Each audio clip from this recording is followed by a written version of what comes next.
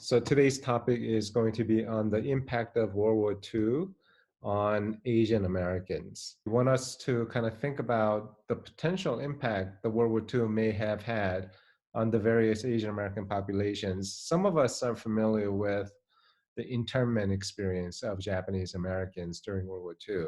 But other than that, what do we know about impact of World War II on other Asian Americans, and what kind of lessons could we draw from those experiences? And so let me just open it up with your comments about the potential impact of World War II on Asian Americans. Non-Asian Americans could not tell apart Japanese Americans from non-Japanese Americans. And of course, Japanese Americans were singled out for internment experience. Clearly, the other Asian Americans who were misidentified as Japanese Americans also experienced anti-Japanese hysteria during that time period. Some were may have been interned, but these are actually a very small minority of people who were actually repatriated or deported or interned during that time period.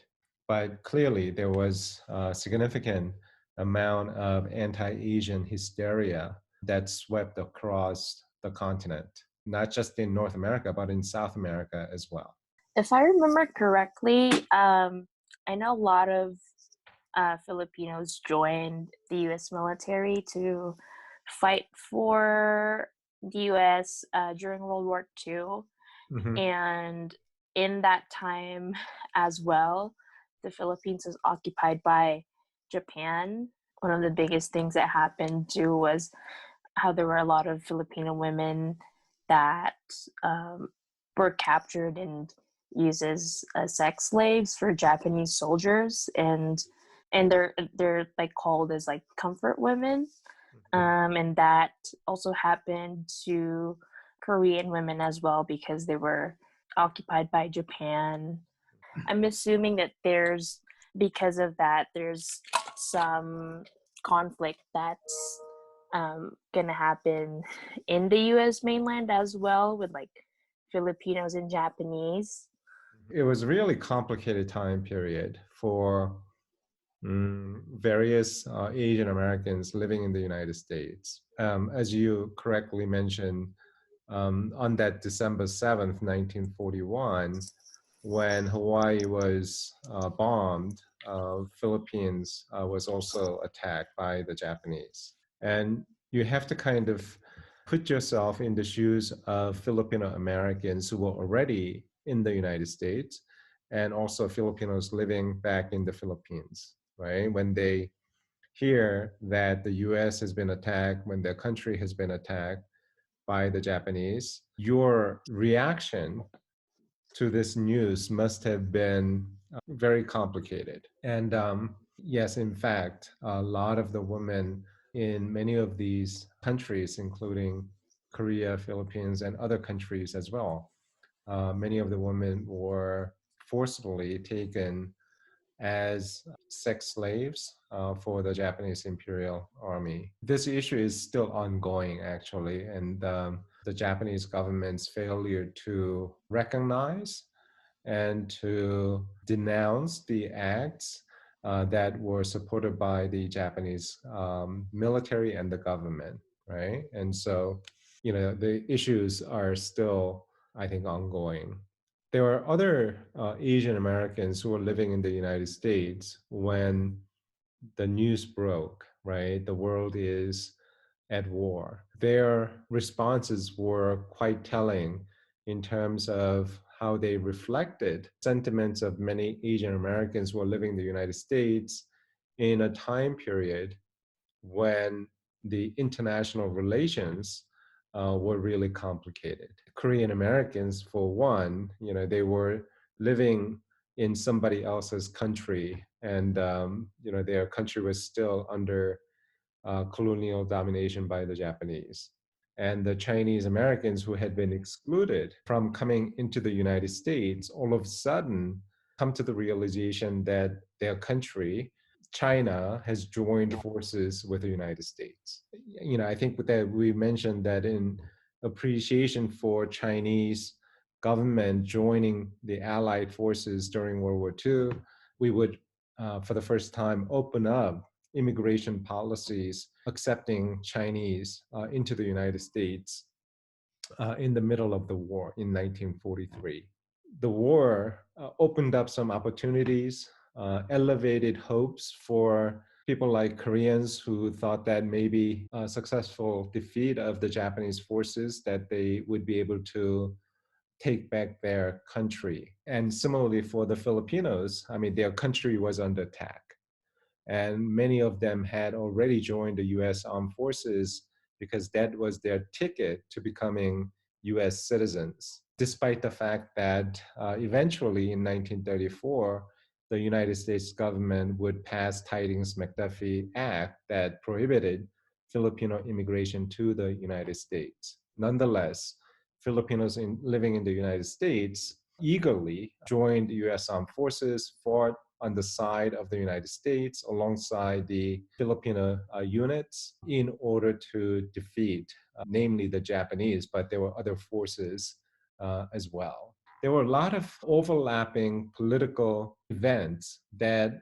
were in some ways against each other or contradictory. And so World War II, for many Asians in America, represented really a watershed moment, right? It's a moment in American history where significant changes were about to happen. And after the war, a number of significant changes did, in fact, happen. World War II, for some historians, is referred to as the Good War. Why would historians label World War II as the Good War? I believe that it was either World War One or World War Two, but it was labeled as like the war to end all wars. World War II.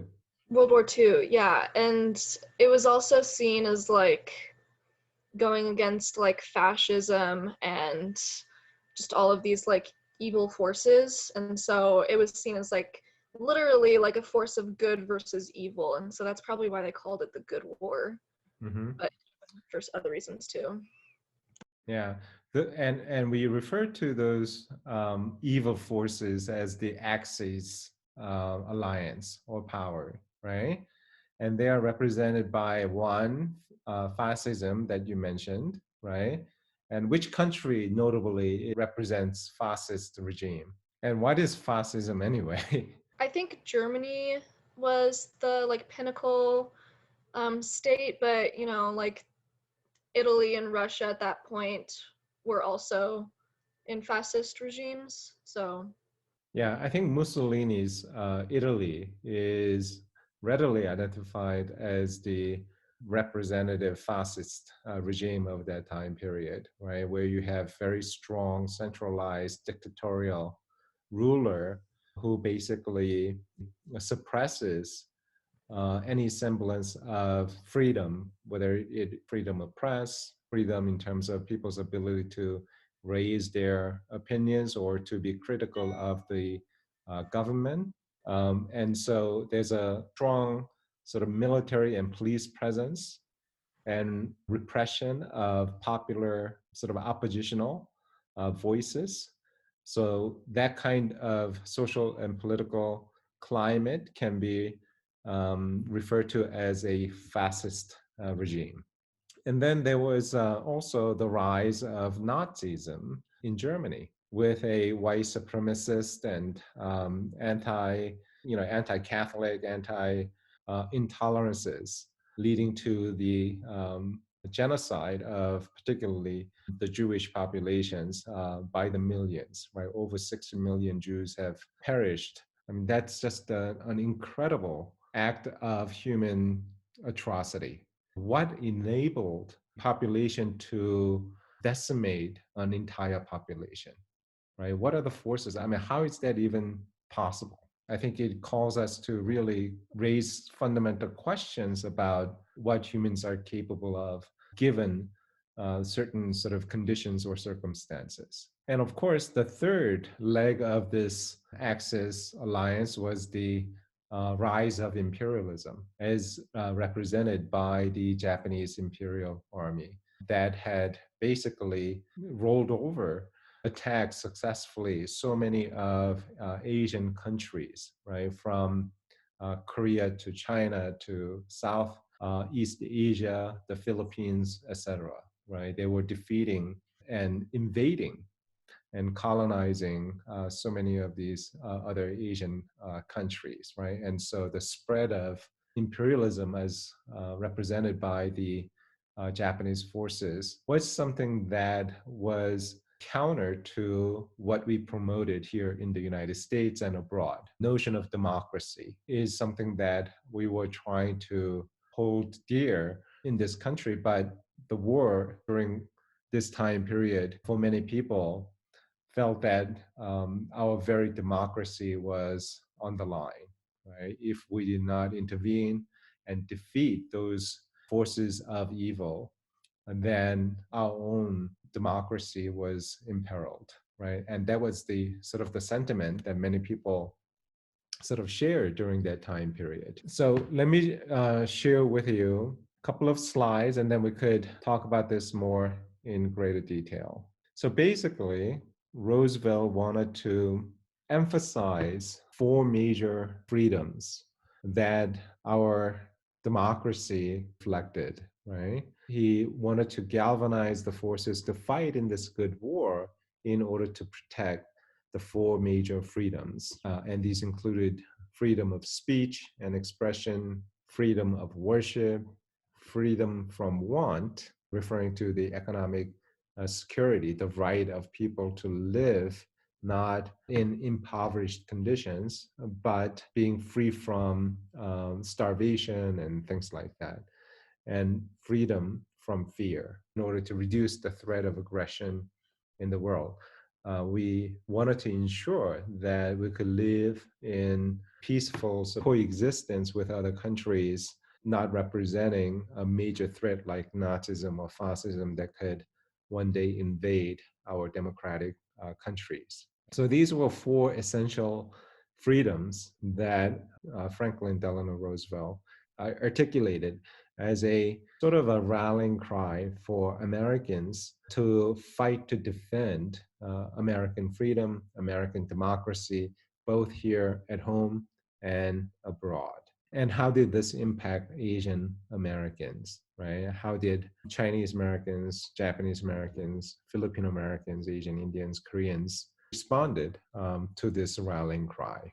As I mentioned, World War II represented a watershed moment for Asian Americans. And by watershed, I mean a turning point, a major turning point in American history, where troubling things that happened during this time period, but this was also a time period when positive changes for better race relations and also for the better policies regarding citizenship and also immigration were impacted by things that would unfold during and after World War II, right? So the Filipino Americans, for instance, eagerly participated during World War II. And thousands of Filipino Americans, having heard that the Philippines on December 7th, 1941, was attacked by the Japanese. Initially, interestingly, they were ineligible for service due to their, national status, right? Do you remember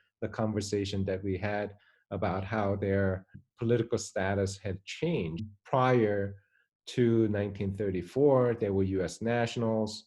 After 1934, well, a decade after, their political status would change to aliens, right? Because by 1946, the Filipino Americans would have gained their independence, right? So there's a messier, political backdrop, international political relations that will impact the status of Filipinos in the United States. President Roosevelt, however, in 1942, changed the draft law in order to include the Filipinos, right? So the Selective Service Act of 1942, which is basically a draft law that permitted Filipino Americans to be drafted and fight on the side of the United States. And as a consequence, some 16,000 Filipinos from California and registered, and some 7,000 served on the 1st and 2nd Filipino Infantry Regiments. So that's a pretty significant number. Even though they represented a small minority as compared to other Americans who fought during the war, still a sizable number of Filipino young men in particular joined the infantry units. But there were some significant contradictions that we have to talk about also, right? While World War II represented significant opportunities and a turning point, important turning point for Asian Americans, there were also significant contradictions that must be pointed out, right? So the first is that at home, we were still living under Jim Crow segregation policies. If you recall, in 1896, the Plessy versus Ferguson case established separate but equal doctrine, providing a separate accommodation, racial segregation policies throughout the United States. And a lot of the men who were fighting for the US side in order to protect American democracy, they themselves could not be served in an integrated restaurants. So they were treated as though they were second-class citizens right here in the United States. And yet they were asked to fight in this war to help protect, defend, and promote democracy, right? So that in of itself was contradictory, right? Racial segregation was very undemocratic institution. And so they needed to figure out a way to deal with this tremendous, immense contradiction. And many of the Asians in the United States, including the Filipinos, who were misidentified with the Japanese enemies, had to basically distinguish themselves from the Japanese Americans. Some of them wore these ribbons or badges that would identify them as Filipinos. And some Koreans and other Asians have done that as well, right? In order to say, hey, we are not Japanese, we are not the enemy. In 1941, there was a law prohibiting racial discrimination in employment. So this is a positive sort of development. There were some difficult social and political circumstances that continued to impact negatively various Asian Americans, including the racial segregation policies. But also during this time period, we were beginning to make some significant changes for the better, right? So anti-discrimination laws were beginning to pass during this time period. And in 1943, the naturalization and ownership of land policies were beginning to change in favor of those groups that were previously excluded from becoming naturalized citizens or owning land. Some policies that began to liberalize so that they would be able to take advantage of some of these economic and social and political opportunities, right? So it's a really complicated time period because policies of this time period reflected a mixed bag of some positive things and some still very much troubling things that reflected the remnants of the previous decades' exclusionary and racist policies. The impact on Korean Americans, the Korean National Association, for instance, resolved to work for the defense of the country and to volunteer for National Guard duty, to purchase war bonds and to wear a badge identifying them as Koreans, right? So Korean Americans felt like this was a tremendous opportunity for them to be able to free their homeland from the Japanese imperialist colonization of their country, right? And so they eagerly participated during World War II to help defeat the Japanese Imperial Army, right? So they did a number of different things as outlined here. Unfortunately, in 1940, they were misidentified or classified as enemy aliens, but this was a mistake, obviously, because in 1940, Koreans living abroad were still, in some cases, considered the Japanese colonial subjects, right? And because Japanese who were living in the United States were classified as enemy aliens, unfortunately, Koreans living in the United States were temporarily classified as enemy aliens. And this issue was brought to the attention of the US government authorities that we are not Japanese, that Koreans were not Japanese, but in fact, they were colonial subjects. And they needed to be distinguished from their Japanese colonizers. That dispossession of land from Japanese was an opportunity for Koreans and Filipinos alike, but Koreans were sometimes mistaken as Japanese. So, as you know, a lot of the Japanese Americans who were living in California, for instance, when they were interned, they had to give up their land, right? And this was then opened up opportunities for others to grab their lands, right? And but you know, Filipinos and Koreans were relatively small in number as compared to other Americans who had a lot to gain and who also had the right to land ownership, right? Not everybody had the right to land ownership. And so they could not outright purchase, you know, land at a very cheap price from the Japanese Americans who were leaving their lands behind in order to report to the internment camps. Bill was introduced in 1944 to extend immigration and naturalization to Koreans, but it did not pass, right? So there was already a movement to liberalize immigration and naturalization policies toward Koreans in the United States, but it did not materialize until 1965. But for Japanese Americans, this policy would pass in 1952 in a legislation known as the McCarran-Walter Act of 1952, right? So number of interesting things that would develop since the 1940s, right? 1943, the Magnuson Act allowing Chinese Americans to immigrate and also to become naturalized citizens. 9 years later, in 1952, Japanese Americans would be able to take advantage of liberal immigration and naturalization policy through the McCarran-Walter Act. And for the rest of Asian Americans, it would be 1965, right? 13 years after the McCarran-Walter Act, right? So as you can see, over the 2-decade period, the U.S. society was moving in a much more sort of positive direction with respect to immigration and naturalization policies, right?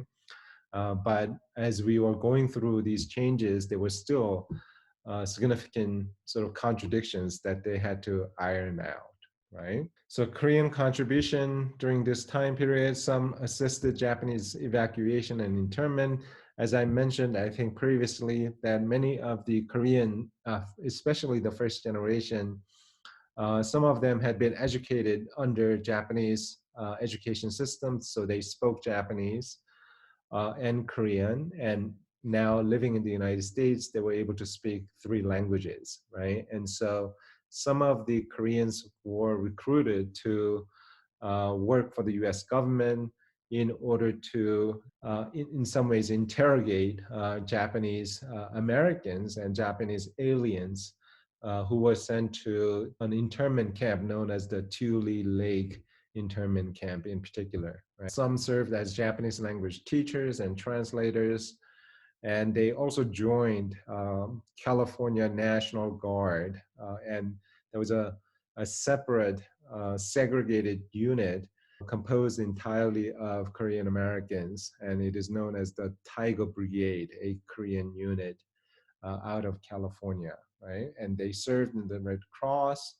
They bought war bonds worth $239,000, which is, you know, pretty significant sum for that time period, based on the fact that Korean Americans numbered very few as compared to other immigrant populations, right? From a mere population of 10,000, right? So that's a pretty significant effort on the part of Koreans. Impact on Asian Indian Americans as well. In 1939, for instance, a bill was introduced to include Asian Indians as citizens, but American Federation of Labor vehemently protested against it.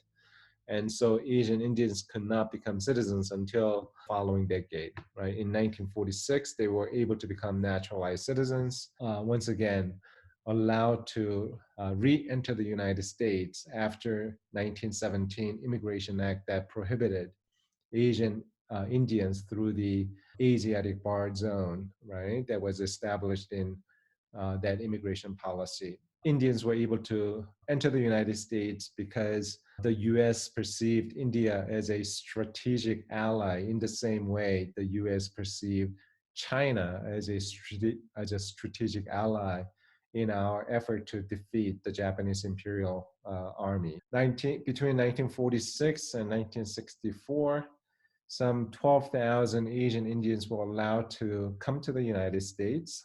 That's a pretty significant number. 1965, when we would pass the Immigration and Naturalization Act, much higher rate of Asian immigration to Indian immigration to the United States would take place, right? And other Asians would be able to come into the United States in significantly larger numbers than in previous decades. Right? The symbolic significance of citizenship, not only the right to vote and buy land, but possibly being accepted as equals, right? So at least legally, Asian Indians would now be eligible to become naturalized citizens. This was not just simply a material sort of victory, but also very much a symbolic victory, right? Because the idea here is that Asian Indians could be treated as equals to other Americans, right? That came with them the material social benefits, but also psychological benefit as well. The Chinese Americans also were impacted profoundly during this time period. They also bought war bonds, but what is really sort of important is that a significant portion of Chinese Americans fought in the war for the American side. Some 40% of Chinese in New York City alone were drafted during the war. Altogether, some 13,500 Chinese were drafted, which accounted for some 20% of all Chinese adult males. This in some ways like exceeds the national average, right? In that, they don't represent obviously majority population in the United States, even though they accounted for a small minority.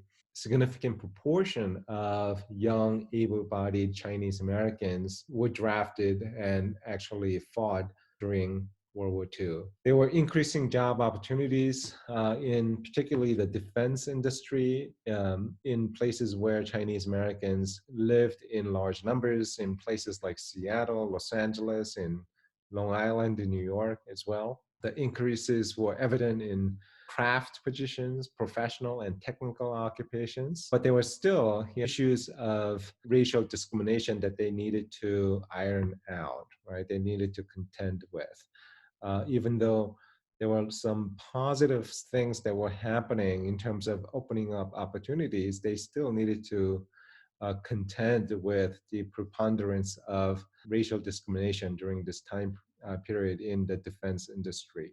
Women in particular were given the opportunities for specialized, still very much sort of gendered occupations, right? So in the defense industry itself, they served as secretaries, mechanical trainees, aircraft workers, and also some, very few, as soldiers, right? And so once again, right, the opportunities opened up, but these were highly stratified work locations for the Chinese women in particular.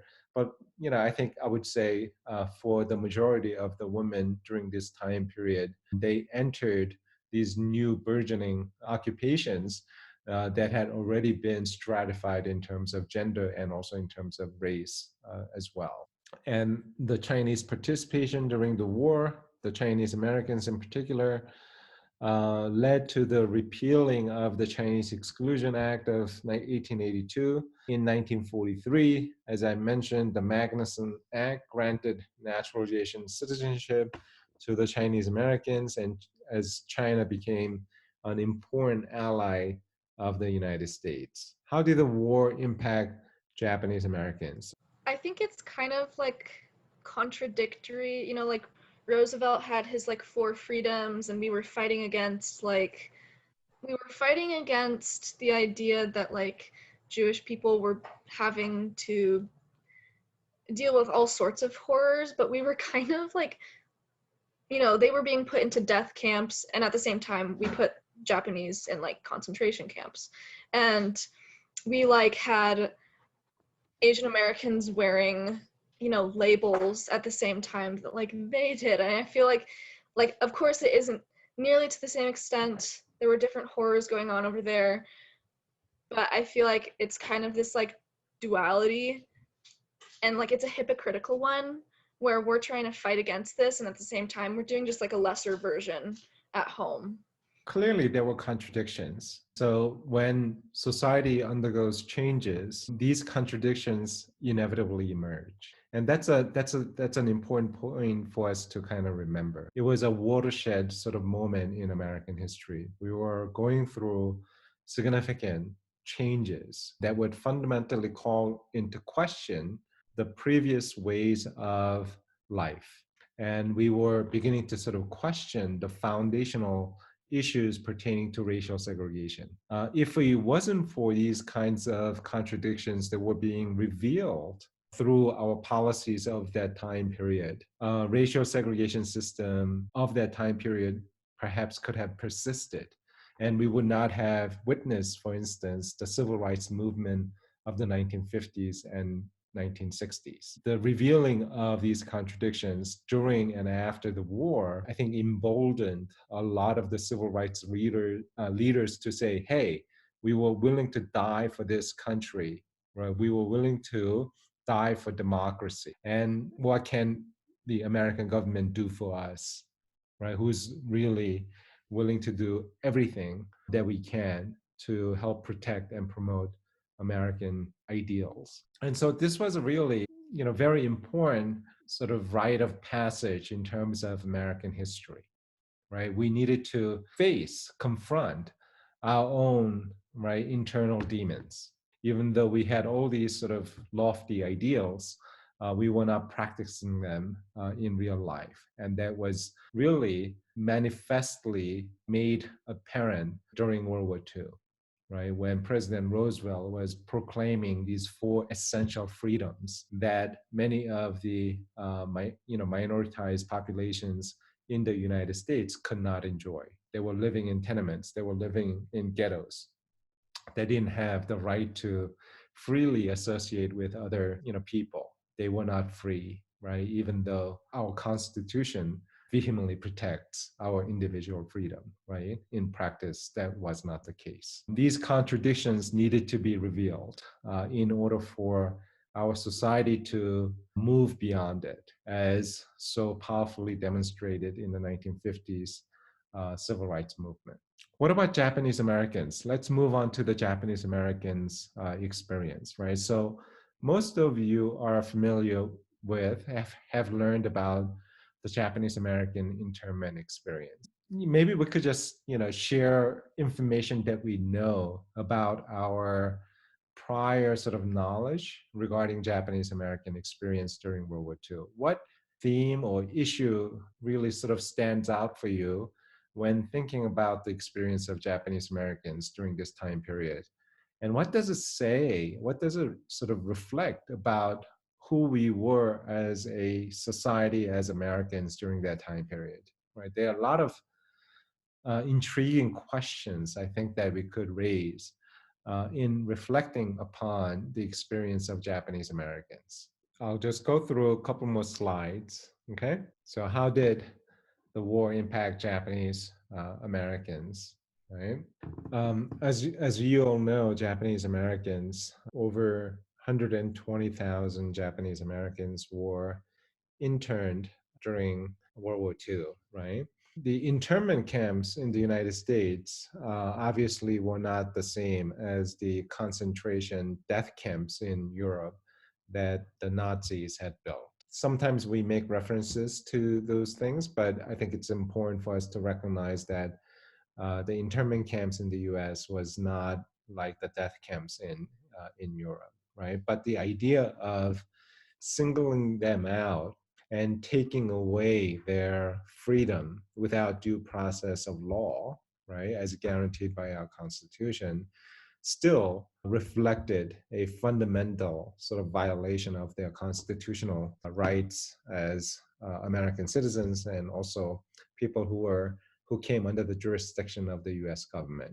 Now, one of the questions that people raised during this time period was, how was it possible that they were able to circumvent the constitutional issues in the US government supporting the internment of Japanese Americans? So these are some of the fundamental issues that we are going to raise. And the US government was able to justify the internment of Japanese Americans based on this notion of military necessity.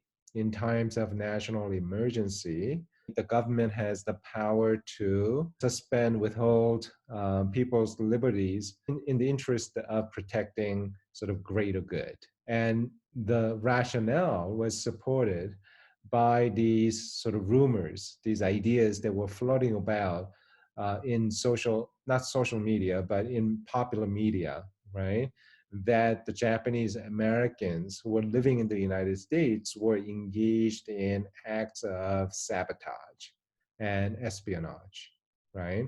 That they were in fact helping the Japanese Imperial Army when the Japanese attacked Pearl Harbor, and also when the Japanese Imperial Army would land on the mainland United States, that the Japanese Americans would assist and aid and abet the Japanese Imperial Army, right? So, that was the political circumstance that provided justification for the internment of Japanese Americans, right? And some of these arguments ranged wildly, and these were once again rumors. They were not validated by evidence, but these were rumors that were circulating during this time period, right? And so what were these rumors? That the Japanese Americans, for instance, the plantation workers were guiding these enemy planes into key military installations by cutting these swaths in sugarcane and pineapple fields in Hawaii, as if Japanese military did not already know where those locations were. They needed to have these kinds of really rudimentary, right, way of guiding military planes into key military installations, right? But the Japanese military already knew where they were. They had parked cars across highways to block traffic in order to impede, right, the military or the other apparatus from being able to do their job. That the Japanese had given signals, radio signals, to enemy planes, and which would trigger all kinds of government responses in order to verify whether or not Japanese Americans were actually, in fact, sending these sort of radio signals. Because a lot of the transistor radios that many people had during that time period perhaps had the capacity to send these sort of codes, right, through their radios, right? Now, once again, it's important for us to recognize that these were rumors of espionage and sabotage.